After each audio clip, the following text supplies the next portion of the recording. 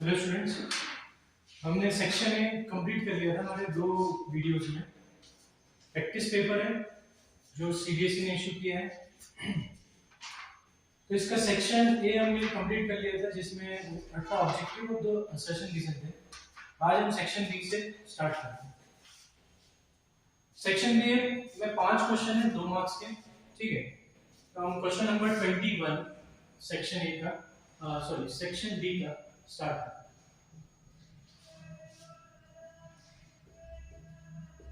Check whether the 3 lines are represented by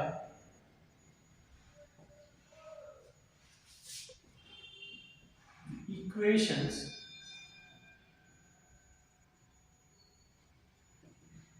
given below intersect at a common point.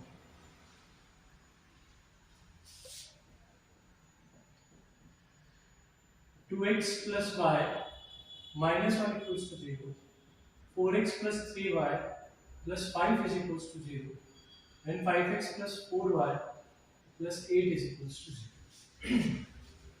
ठीक है, तो हमें क्या बताना है कि ये तीनों एक ही पॉइंट से पास होते हैं, ठीक है। मतलब ये पहली लाइन हो गई, ये हमारी दूसरी लाइन हो गई, और ये जो तीसरी है वो इन दोनों के इंटरसेक्शन पॉइंट से पास होगी, ये हमें शो करना है, ठीक है। मतलब इन लाइंस को हम क्या बोलते हैं? कॉन्करेंट लाइन बोलते हैं, ठीक है। क्या बोलते हैं? कॉन्करेंट लाइंस, जो एक ही पॉइंट से पास हो। तो हमें ये प्रूव करना है कि लाइंस कॉन्करेंट है, एक ही पॉइंट से पास होंगी, ठीक है। एक ही इनका इंटरसेक्शन पॉइंट होगा। तो हम इक्वेशन 1 2 3 इनको नंबर दे देते हैं। हम क्या करेंगे भाई, किसी भी दो इक्वेशन को सॉल्व करेंगे सब्स्टिट्यूशन या एलिमिनेशन मेथड से, तो उनका इंटरसेक्शन पॉइंट आएगा। अगर वो इंटरसेक्शन पॉइंट थर्ड इक्वेशन में पुट करने पर थर्ड इक्वेशन को सेटिस्फाई कर दे, तो ये शो हो जाएगा कि इनका एक कॉमन इंटरसेक्शन पॉइंट है, ठीक है। तो हम क्या करेंगे, पहले कोई भी दो इक्वेशन उठाएंगे और उनको सॉल्व करके उनका इंटरसेक्शन पॉइंट निकालेंगे। तो 2x plus y minus 1 और 4x plus 3y plus 5 दोनों ले लेते हैं इक्वेशन फर्स्ट सेकंड। तो ये हमने लिया 2x plus y minus 1। मैं एलिमिनेशन मेथड प्रेफर करता हूं, ठीक है, वो थोड़ी इजी पड़ती है एज कंपेयर टू सब्स्टिट्यूशन। बाकी अपना अपना तरीका है, तो मैं सब्स्टिट्यूशन लगाना सब्स्टिट्यूशन लगाओ, एलिमिनेशन लगाना एलिमिनेशन लगाओ। यहां देखो, सब्स्टिट्यूशन में हम क्या करते हैं, किसी एक वेरिएबल का एलिमिनेशन में हम क्या करते हैं, किसी एक वेरिएबल का कोएफिशिएंट सेम करते हैं। तो यहां हमारे पास x का कोएफिशिएंट 2 है और x का 4 है यहां, ठीक है। अब मैं इसको अगर 4 बना दूं तो इन दोनों का कोएफिशिएंट सेम हो जाएगा। इसको 4 बनाने के लिए मुझे इस इक्वेशन को 2 से मल्टीप्लाई करना पड़ेगा। अच्छा, तो ये 2 2 सा कितना हो जाएगा 4। अब याद रखना ये 2 जो है वो हर एक में मल्टीप्लाई होगा, ऐसा नहीं है तुमने इसको 4 बनाने के लिए 2 इंटू किया तो सिर्फ इसी में इंटू होगा, नहीं, ये पूरी इक्वेशन में इंटू होगा। तो 2 इंटू y 2y और 2 इंटू -1 इज -2। ये हो गया 4x plus 3y plus 5 की हमारी सेकंड इक्वेशन है। अब हम दोनों को क्या करते हैं, सब्ट्रैक्ट करते हैं, ठीक है। 1 में से सेकंड को सब्ट्रैक्ट करेंगे। सब्ट्रैक्ट इसलिए क्योंकि अभी अगर तुम डायरेक्ट ऐड करोगे तो ये 4x कैंसिल आउट नहीं होगा, तो हम क्या करें, सब्ट्रैक्ट करें। तो ये प्लस साइन माइनस का हो जाएगा, ये प्लस साइन माइनस का और ये प्लस साइन माइनस का। याद रखना सबकी साइन चेंज करनी है, किसी एक के नहीं। तो ये कैंसिल हो गया, 4x से 4x, 2y में से 3y गया तो y बचेगा। भाई साइन किसका बड़ा है, 3y का, तो 3y का साइन बड़ा है, सॉरी 3y टर्म बड़ी है 2y से और उसका साइन नेगेटिव है, तो यहाँ नेगेटिव आएगा। और माइनस माइनस प्लस 5 प्लस 2 7 हो जाएगा, पर साइन माइनस के आएगा, तो minus y is equals to 7 हो जाएगा, y इज इक्वल्स टू -7। अब हम y इक्वल्स टू -7 को पुट कर देते हैं, putting the value of y in equation 1। तो 2x plus y minus 1 is equals to 0 था, 2x minus 7 minus 1 is equals to 0।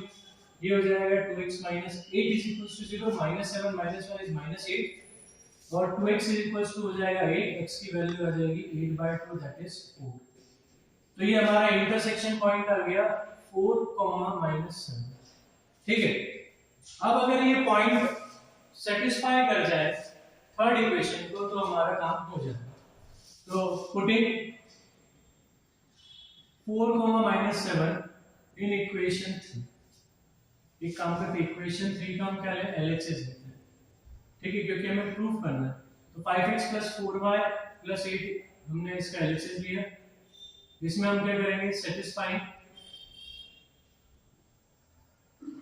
Point 4, -7, तो 5 × 4 + 4 × -7 + 8, तो जहां जहां x है वहां 4, जहां y है वहां -7 और कांस्टेंट एज इट इज रहेगा।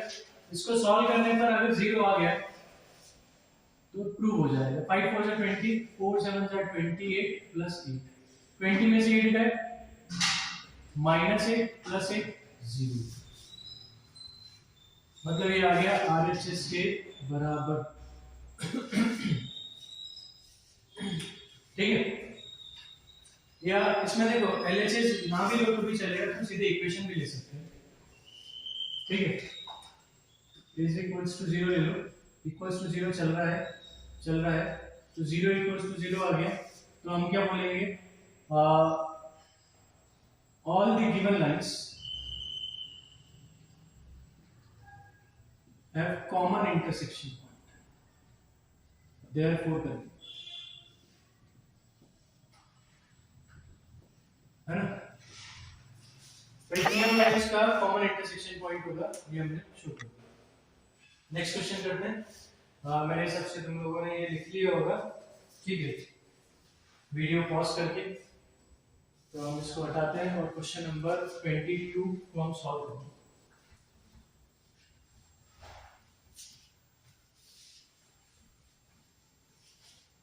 देखो क्वेश्चन डिफिकल्ट नहीं था, पर ये है कि अगर प्रैक्टिस नहीं है इस टाइप के क्वेश्चंस की, तो ये क्वेश्चंस करना तुम्हारे लिए थोड़ा सा वहां टाइम कंज्यूमिंग होगा, ठीक है। मैं ये नहीं बोल रहा कि नहीं बनेगा, ठीक है, थोड़ा दिमाग लगाओगे तो बन जाएगा, पर प्रॉब्लम ये है हमारे पास वहां लिमिटेड टाइम है, 3 घंटे ही हमारे पास, और ये 3 घंटे में हमें पूरा पेपर सॉल्व करना है, ठीक है।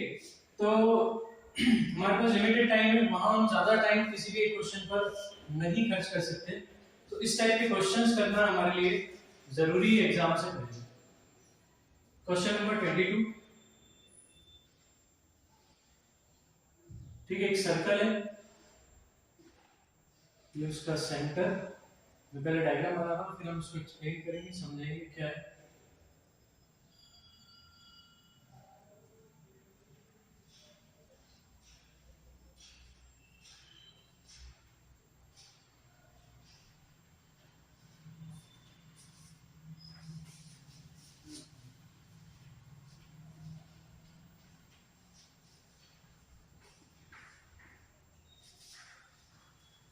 shown below is a circle with center of, circle एक center of के साथ NQ is a tangent, NQ क्या है, NQ is a tangent, ठीक है। find the measure of angle OQN, OQN ये एंगल हमें फाइंड करना है। show your work and give validation, ठीक है, अपना वर्क शो करो और वैलिडेशन। देखो यहां हम अगर बात करें तो ये एक आर्क है, ठीक है, एनपी एक क्या होगी, आर्क होगी, जो सेंटर पे कुछ एंगल सबटेंड कर रही है, और उस आर्क को छोड़कर अदर पार्ट जो है, ये पीएन जो आर्क है इधर पर, ठीक है, उस पर एक और एंगल सबटेंड कर रही है पीएमएन, ठीक है ना। तुमने 9th में थ्योरम पढ़ी होगी, angle subtended bye an arc at the centre, ये आर्क है जो सेंटर पे कुछ एंगल सबटेंड कर रही है, is double then the angle subtended by it on the remaining part of the circle. भाई आर्क को छोड़कर रिमेनिंग पार्ट क्या है, ये रिमेनिंग पार्ट है, इस आर्क को छोड़कर रिमेनिंग पार्ट ये है, इस रिमेनिंग पार्ट पर कुछ एंगल सबटेंड हो रहा है, ये एंगल क्या होगा, इस एंगल का हाफ होगा। ये तुमने थ्योरम पढ़ी है सर्कल्स में, ठीक है, क्लास 9। अच्छा देखो मैं एक वीडियो में बता चुका हूं कि सर्कल्स की थ्योरम 9th की सारी पढ़ के जानी है, क्योंकि सर्कल्स के अगर थ्योरम तुम 9th की पढ़ के नहीं गए ठीक है, तो 9th के कंसेप्ट सर्कल के क्वेश्चंस में लगेंगे, 9th की थ्योरम्स सर्कल्स के क्वेश्चन में लगेंगे 10th के। और अगर वो तुम पढ़ के नहीं गए, तुम्हें याद नहीं है, तो ये क्वेश्चन तुम्हारे लिए बनाना मुश्किल हो जाएगा। ठीक है, तो यहाँ अगर हम बात करें इसका सॉल्यूशन देखें तो हम लिखेंगे angle PON is twice angle PMN। Reason क्या है? Angle subtended by an arc at the center is double than the angle subtended by on remaining part of the circle।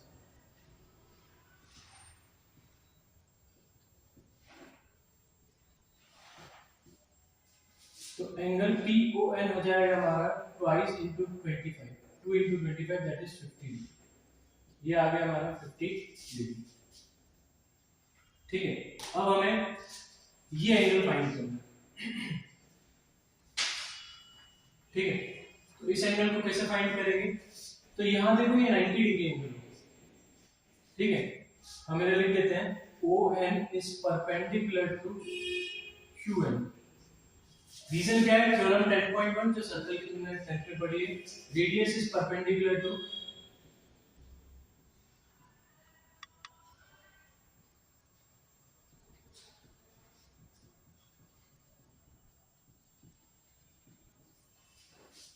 Tangent at the point of contact. ठीक है, तो समझ में आ रहा है? ठीक है, अगर समझ में आ रहा होगा तो तुम एक कमेंट डाल सकते हो कि सर हमें क्वेश्चन समझ में आ रहा है। ठीक है,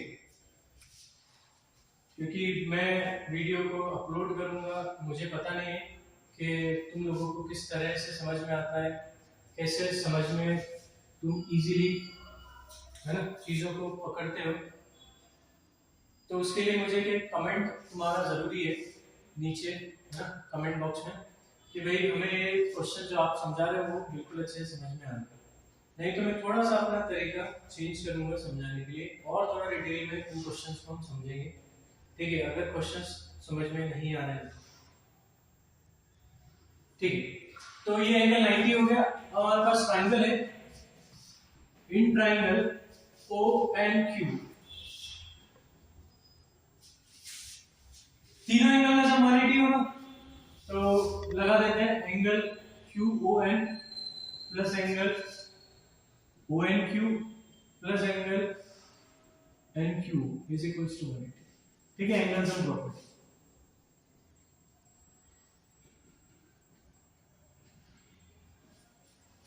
ये हमारा 50 डिग्री, ये 90 डिग्री, NQ हमें पता नहीं। ठीक है, एक मिनट, OQ है NQ एक ही बात है, वो फाइंड करना है। 50 प्लस 90 140,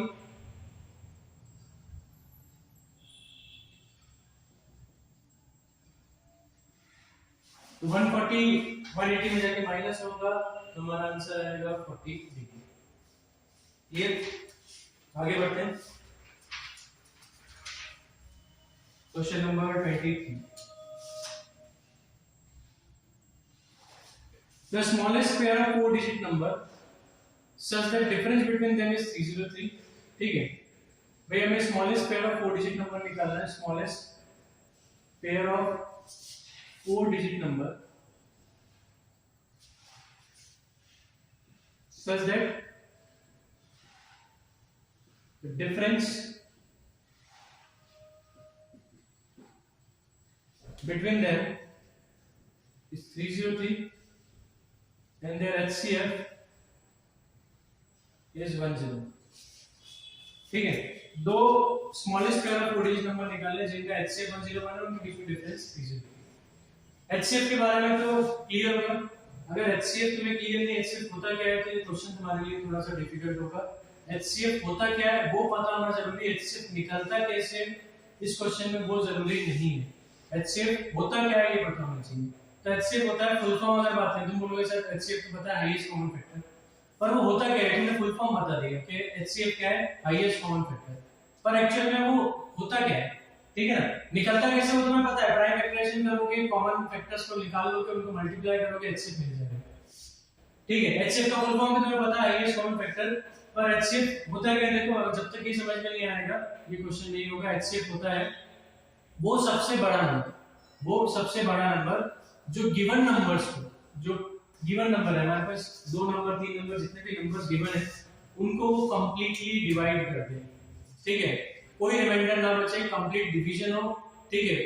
जो हमारा क्वोशिएंट है वो एक इंटीजर है, ठीक है, और क्वोशिएंट क्या है, इंटीजर।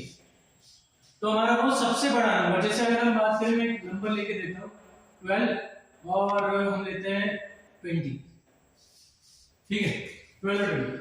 तो मुझे बताओ सबसे बड़ा नंबर कौन सा होगा जो इन दोनों को डिवाइड कर देगा। तो देखो 2 तो डिवाइड करेगा, 2 6 जा, 2 10 जा, पर 4 भी डिवाइड करेगा, 4 3 जा और 4 5 जा।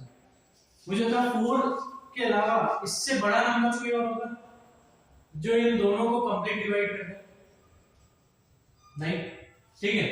तो यहां अगर हम बात करें 4 is the highest number which divides the given number completely, तो हमारे लिए 4 क्या हो गया, एचसीएफ, ठीक है। अच्छा देखो ये कुछ क्वोशिएंट आया मेरे पास 3 और 5, अगर इस क्वोशिएंट को मैं एचसीएफ में मल्टीप्लाई कर दूं, एचसीएफ इनटू क्वोशिएंट, तो हमें क्या मिल जाएगा, नंबर मिल जाएगा। देखो 4 3 12, 4 5 20, ठीक है। तो यहां हम तो वही कांसेप्ट लगा रहे हैं, हम मान लेते हैं भाई क्वोशिएंट जो है वो p और q है, जब हम HCF से उन 4 डिजिट नंबर्स को डिवाइड करेंगे। Let p and q are quotients, ठीक है,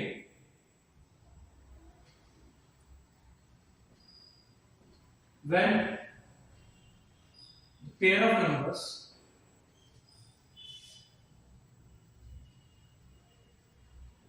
is divided by HCF, ठीक है। p q की जगह हम a b भी ले सकते हैं, a and b ले लेते हैं, ठीक है। तो यहां हम बात करें तो हमारा फर्स्ट नंबर क्या हो जाएगा 101 a और सेकंड नंबर क्या हो जाएगा 101 b, ठीक है। अब उन्होंने बोला है कि इन दोनों के बीच में डिफरेंस जो है वो है 303। 101 कॉमन निकालना है, निकाल लेते हैं, a माइनस के अंदर बचेगा 303, यहां आ जाएगा। मैं इस तरफ कर रहा हूं क्वेश्चन को,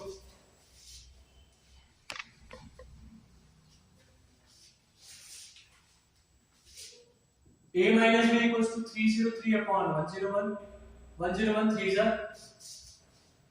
303, a minus b आ गया 3, a की वैल्यू आ गई b plus 3, ठीक है, a की वैल्यू क्या आ गई b plus 3। अब मुझे बताओ 4 डिजिट नंबर चाहिए ना, 4 डिजिट, तो a जो होगा वो एक 2 डिजिट नंबर होना चाहिए, क्योंकि 2 डिजिट नंबर 101 से इंटू होगा तो एक 4 डिजिट नंबर होगा, ठीक है।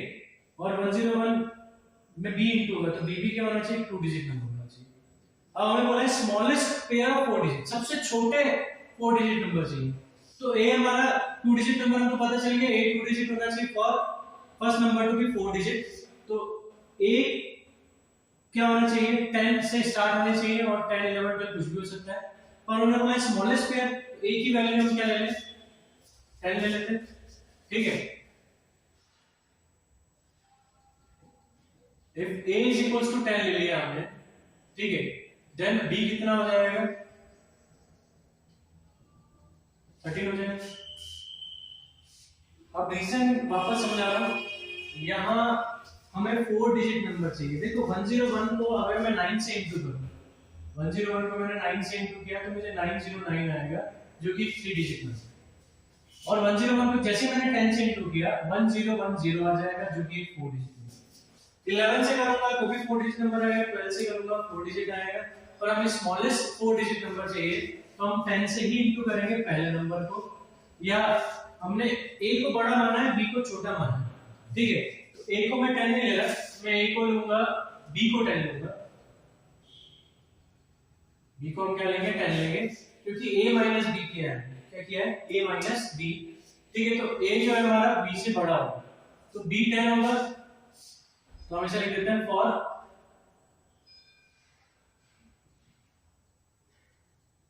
Smallest 4 digit number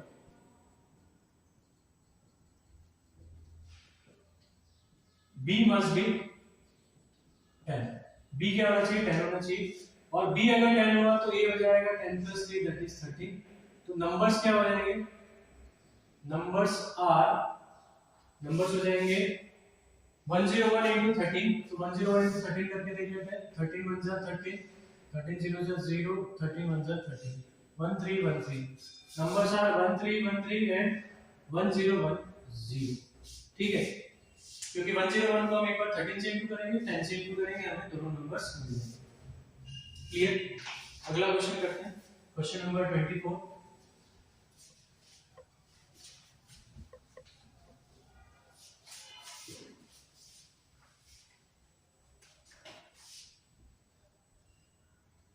If cos a plus 2b is equals to 0, a plus 2b जो है वो 0 से 90 के बीच में, 0 भी हो सकता है 90 भी हो सकता है क्योंकि इक्वल का साइन है। And cos b minus a is equals to root 3/2 और b माइनस a भी जो है वो 0 से 90 के बीच में। हमें फाइंड करना है cosec 2a plus। अब देखो सॉल्व करते हैं। cos a plus 2b is equals to 0। मुझे होता है cos किस एंगल पर 0 होता है? 90 पर। तो cos a plus 2b is equals to हम लिख देंगे इधर cos 90। ठीक है। अच्छा याद रखना ये जो टेबल है ना, किस पर क्या वैल्यू होती है cos की sin की, ये याद होना जरूरी है। याद नहीं, एकदम रटा हुआ होना चाहिए। ठीक है, मतलब कोई नींद में उठा के पूछ ले तुमसे कि इस एंगल की वैल्यू क्या होगी, तुम्हें बताते आना चाहिए, इतना अच्छे से याद होना चाहिए। ठीक है, तो cos से cos हट गया, a plus 2b कितना हो जाएगा? cos और cos हट जाएंगे भाई, दोनों cos इक्वल है तो अंदर के एंगल भी क्या होंगे? इक्वल ही होंगे ना। ऐसे पॉसिबल नहीं है कि वो इक्वल ना हो 10 तक, है ना। और वैसे 11 में भी पॉसिबल है, यही रहेगा कि अंदर के एंगल इक्वल ही होंगे, पर वहां क्या है सेकंड थर्ड फोर्थ क्वाड्रेंट भी आ जाते हैं। ठीक है, तो हम यहाँ पे फर्स्ट क्वाड्रेंट ही लेके चलेंगे, हमारे जो कोर्स में वो फर्स्ट क्वाड्रेंट ही है। ठीक है, 11 में थोड़ा सा चेंज आ जाएगा, हम यहाँ जनरल सॉल्यूशन निकालेंगे। अभी वहां हमको इतने दूर तक नहीं जाना है, अभी हम फर्स्ट क्वाड्रेंट में लेंगे, एंगल 90 रहेगा, cos 90 0 होता है, तो a plus 2b कितना हो जाएगा? 90। ये हमारी फर्स्ट इक्वेशन आ गई।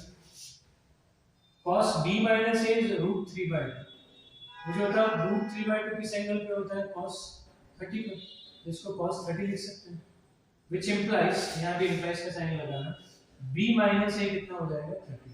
ये हमारी सेकंड इक्वेशन। हम दोनों को सॉल्व करते हैं, तो माइनस a प्लस b लिख सकता हूँ b माइनस a को, और ये a plus 2b is equals to 90।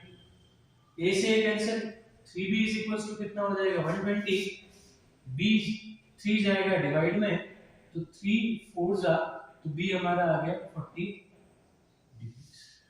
b 40 आ गया, हम a निकाल लेते हैं, तो हमारे पास b minus a is 30 degree, तो 40 minus a is equals to 30। a is equals to, a को इधर ले जाए 30 को इधर ले जाए, तो a is equals to 40 minus 30, a हमारे पास 10 डिग्री। a 10 आ गया, हमें क्या फाइंड करना है? cosec 2a plus b, cosec 2a plus b, तो cosec 2 into 10, ये 10 है हमारा, तो 2 into 10 plus b क्या है? 40। तो ये हो जाएगा cosec 20 plus 40 means cosec 60। cosec 60 होता है 2/√3। तो ये हमारा आंसर है। क्लियर? अगला क्वेश्चन देखते हैं।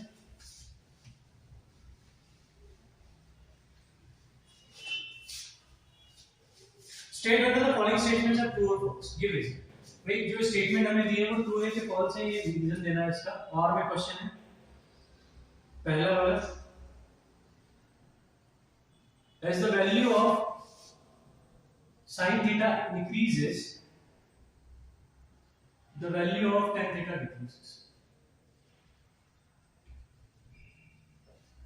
यहाँ देखो मैं टेबल बना रहा हूँ वापस 0 degree 30 degree 45 degree 60 degree 90 degree sine theta और टेन थीटा की बात कर रहे हैं तो हम इन दोनों की वैल्यूज लिखेंगे यहाँ 0 1/2 1/√2 √3/2 और 1 ये 0 1/√3 1 √3 नॉट डिफाइंड मतलब इनफाइनाइट। अब यहाँ साफ दिख रहा है साइन थीटा की वैल्यू देखो बढ़ रही है तो टेन थीटा भी क्या हो रहा है बढ़ रहा है घट नहीं रहा है तो ये स्टेटमेंट क्या है फॉल्स है।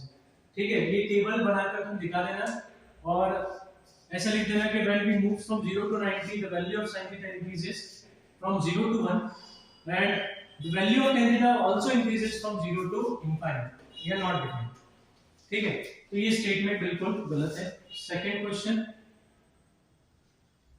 when the value of sin theta is maximum the value of cosec theta is also maximum। तो एक काम करते हैं cosec theta का भी निकाल लेते हैं। cosec theta यहाँ होगा नॉट डिफाइंड फिर हो जाएगा 2 फिर √2 फिर 2/√3 और फिर 1। यहाँ देखो cosec थीटा की वैल्यू डिक्रीज हो रही है जैसे जैसे sin थीटा बढ़ रहा है। sin थीटा 0 से बन जा रहा है तो cosec थीटा इनफाइनाइट से बन जा रहा है मतलब sin थीटा की वैल्यू बढ़ रही है तो cosec थीटा क्या होगा घटेगा। वैसे भी हमको पता है cosec theta is equals to 1 upon sin theta तो as sin theta increases cosec theta decreases ये भी लिख के आ सकते हैं भाई हमें पता है cosec थीटा क्या है 1 upon sin थीटा तो इनवर्स रेशियो है तो sin थीटा इंक्रीज होगा तो cosec थीटा डिक्रीज होगा। इसमें भी तुम ऐसे लिख के आ सकते हो tan theta equals to sin theta upon cos theta तो sin थीटा इंक्रीज होगा तो सिंपल सी बात है tan थीटा भी इंक्रीज होगा डायरेक्ट रेशियो में है। ठीक है तो पहला वाला स्टेटमेंट भी गलत है दूसरा वाला स्टेटमेंट भी गलत है। हम अगला क्वेश्चन करते हैं question number 25।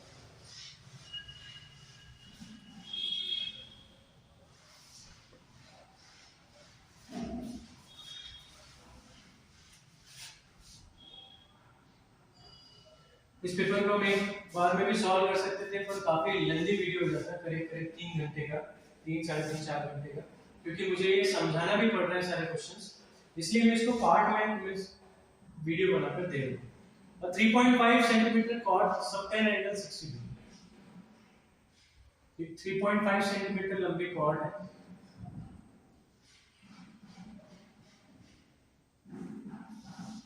substantial angle 60 degree at the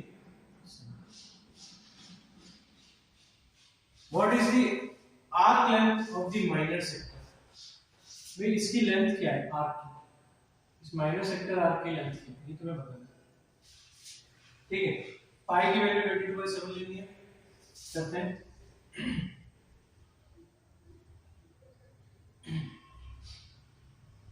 देखो यहां से मैं परपेंडिकुलर ड्रॉप कर देता हूं क्योंकि मुझे आर्क की लेंथ निकालने के लिए रेडियस चाहिए और रेडियस के लिए मुझे सब काम करना है। ये एंगल हो जाएगा 30 डिग्री। ठीक है ये 30 होगा तो ये परपेंडिकुलर ड्रॉप किया है OC तो AC इक्वल्स टू क्या होगा हम पहले लिख देते हैं OC परपेंडिकुलर टू AB और फिर AC इक्वल्स टू क्या हो जाएगा CB 3.5/2।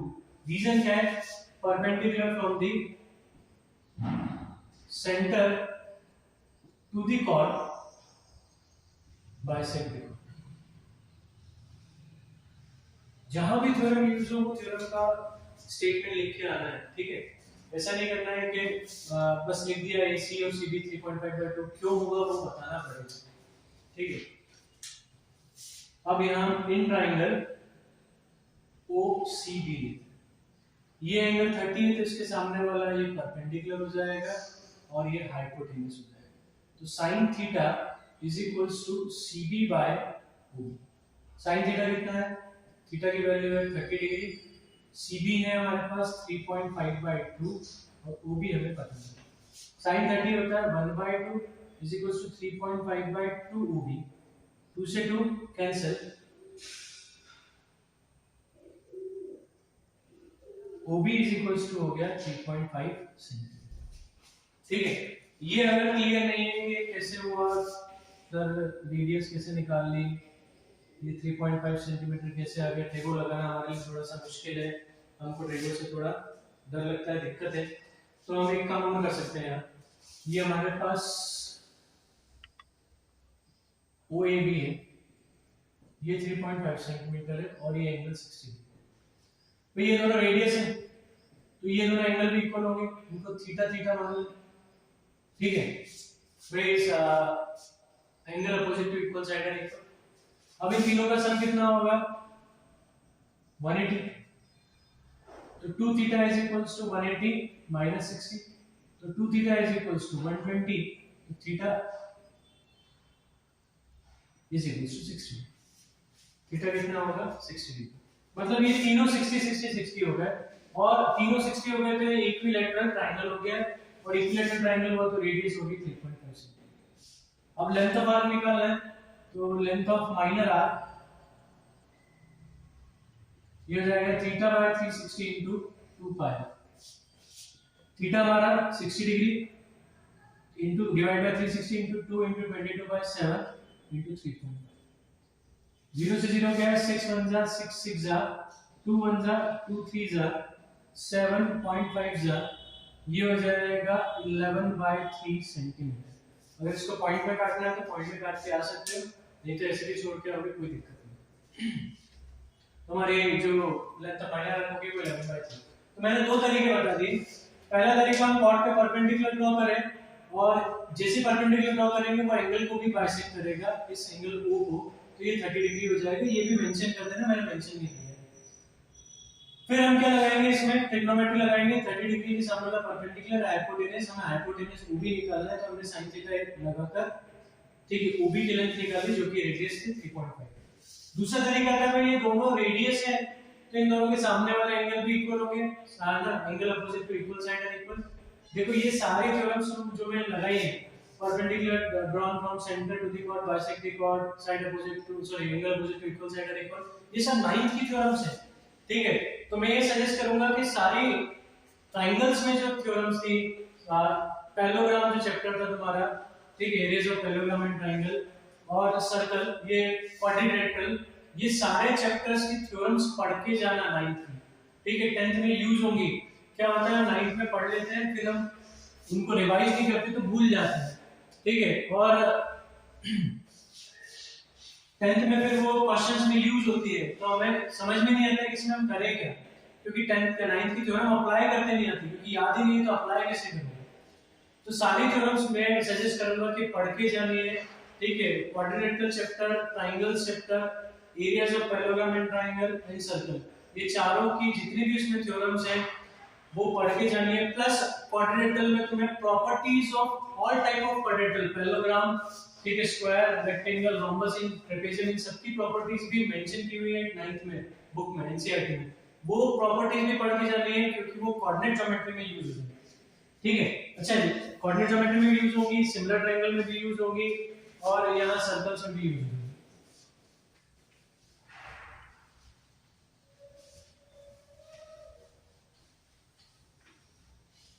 ठीक है, तो 9th में ये सारे चैप्टर्स के थ्योरम्स पढ़ के जाना है। प्लस में और ये भी सजेस्ट करूंगा कि जो रियल नंबर चैप्टर था 9th का और पॉलिनोमियल चैप्टर था उसके उनको भी एक बार पढ़ के जाना है, क्योंकि उनके कंसेप्ट भी 10th में यूज होंगे। ठीक है, जैसे हम बात करें आइडेंटिटीज की, तो a माइनस बी का whole square, a plus b का होल स्क्वायर, ठीक है, a प्लस बी का whole cube, a minus b का whole cube, a cube plus b cube, a cube minus b cube, a plus b plus c का whole square, ये सारी जो identities है वो तुम्हें 9th में दी हुई है एनसीईआरटी में, और वो यहाँ 10th में यूज होती है, तो उनको भी तुम्हें करके जाना है। वो सारी आइडेंटिटीज तुम लोगों को करके जाना है, क्योंकि मैंने बहुत सारे बच्चों को देखा है वो आइडेंटिटीज गलत लगा देते हैं, उन्हें याद ही नहीं है आइडेंटिटीज, वो a माइनस बी का whole square a square minus b square लगा देते हैं। a प्लस b का होल स्क्वायर अगर उनको लगाने को बोलो तो वो लगा देते हैं a square plus b square, वो 2a भी भूल ही जाते हैं, और a प्लस b का whole cube a minus b का होल तो भूल ही जाओगे, उनको पूरा याद है। तो ये सारे फॉर्मूले यूज होंगे, इनको याद करके जाना है तुम लोगों को। सिर्फ 10th पढ़ के नहीं जानी है कि भाई 10th में जो जो है वो पढ़ के चले जाए। इसके और वाला question,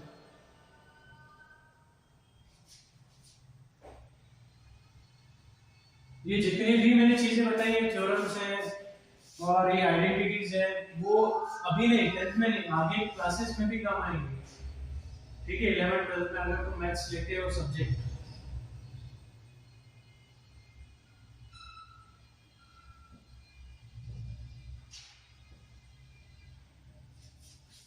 A semicircle MON is inscribed in another semicircle. MON एक semicircle है जो एक और semicircle के अंदर inscribed है, मतलब उसके अंदर है। Radius OL of the largest semicircle is 6 cm. भाई OL जो है ये बड़े semicircle की radius है 6 cm. Find the area of shaded region in terms of pi. भाई pi के terms में हमें shaded region का area निकालना है। यहाँ हम कंस्ट्रक्शन करेंगे, हम इसको जोड़ देंगे और जैसे हम ये जोड़ेंगे, यहां देखो मुझे एक ऐसा फिगर मिल रहा है, ये देखो ये फिगर जो कि एक सेक्टर है। क्या है? सेक्टर है, और इसको ज्वाइन कर देते हैं एक और, तो ये बचा हुआ पार्ट क्या हो जाएगा? सेगमेंट। ठीक है, ये क्या हो जाएगा? सेगमेंट। क्लियर? अच्छा, ये कितना हो जाएगा? 6 सेंटीमीटर। भाई ये भी तो रेडियस है बड़े सेमीसर्कल का, ये भी 6 होगा। अच्छा, ये एंगल फाइंड करना है, ये एंगल कितना है? अगर ये एंगल मिल जाएगा तो हम एरिया ऑफ सेगमेंट का फॉर्मूला लगाकर सॉल्व करेंगे। तो ये एंगल कैसे निकलेगा, बात करते हैं।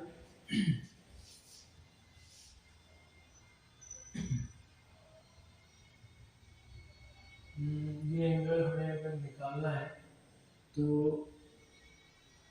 देखो, इस सेमी सर्कल, ये जो सेमी सर्कल दिख रहा है, ये एम एन इधर वो है, ये सेमी सर्कल का सेंटर ओडेश यहाँ भी होगा और ये हमने ओ को इससे ज्वाइन किया है। ठीक है, इधर देखो, तो ये एंगल इधर सेमी सर्कल हो गया, ये एंगल जो है वो सेमी सर्कल में हो गया और सेमी सर्कल में हो गया तो ये एंगल कितना होगा? 90 डिग्री। देखो फिर एक 90 की जगह लग गई, एंगल इधर सेमी सर्कल। ठीक है, तो हम लिख देते हैं एंगल, ये 90 डिग्री हो जाएगा। Angle MON is equals to 90 degree, angle in a semi circle. तो देखो कितना जरूरी है 9th की सारे थ्योरम्स को याद करना, उन्हें अप्लाई करना। ठीक है, अप्लाई करते आगे। एंगल MON 90 हो गया, हम निकाल लेते हैं area of segment. Area of segment का फॉर्मूला सबने अलग अलग तरीके से पढ़ा होगा। सेक्टर के एरिया निकालते हैं, फिर वो फिर ट्रायंगल के एरिया निकालते हैं, फिर माइनस करते हैं। मैं तो ये वाला तरीका लगाता हूं, area of segment is area of sector minus area of triangle.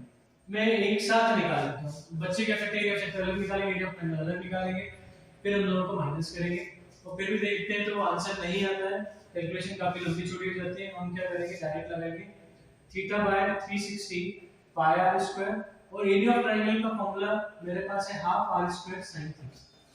ठीक है, ये याद रखिएगा, एरिया ऑफ ट्रायंगल का formula half r square sin theta हम लगा देंगे। आर स्क्वायर कॉमन आ रहा है, आर स्क्वायर कॉमन लिया, थीटा की वैल्यू 90 बाय 360 into pi minus half sin 90। R radius है 6, तो 6 का स्क्वायर मैं इस तरफ ले लेता हूं, यहां थोड़ा तुमको प्रॉब्लम आएगी, इस तरफ क्वेश्चन को करते हैं हम सॉल्व। 6 का स्क्वायर 90 बाय 360 में स्क्वायर काट देता हूं, 9 0 से 0 गया, 9 1 जा 9 4 जा, ये हो गया 1/4 पाई माइनस 1/2। 36 अंदर एलसीएम लेते हैं, 4 और 2 का, तो 4 पाई माइनस 2 की टेबल में 4 2 बार आता है तो 2 1 जा 2। ठीक है, 4 की टेबल में 4 1 बार आता है इसलिए ऊपर कुछ इंटू नहीं किया। 4 9 जा 36, तो ये आ गया 9 पाई माइनस 2 सेंटीमीटर स्क्वायर। ठीक, तो ये हमारा सेक्शन बी सॉल्व हो गया। सेक्शन बी में 5 क्वेश्चन थे, 2-2 मार्क के, वो हमने कंप्लीट कर लिए। ठीक है, होप करता हूं कि तुम लोगों को ये सारे 5 क्वेश्चन समझ में आए हो अच्छे से। ठीक है, जब मैं क्वेश्चन लिखता हूँ तो उस पार्ट को 10 सेकंड आगे तुम स्किप कर सकते हो और सीधे सॉल्यूशन पर जंप कर सकते हो, सॉल्यूशन किस तरह से किया है। हम नेक्स्ट सेक्शन सी जो है वो अगले वीडियो में करेंगे, और सेक्शन सी के बाद है हमारा लास्ट सेक्शन, सॉरी लास्ट नहीं है, सेक्शन डी, उसके बाद फिर सेक्शन ई। ठीक है, तो ये भी हम सॉल्व करेंगे।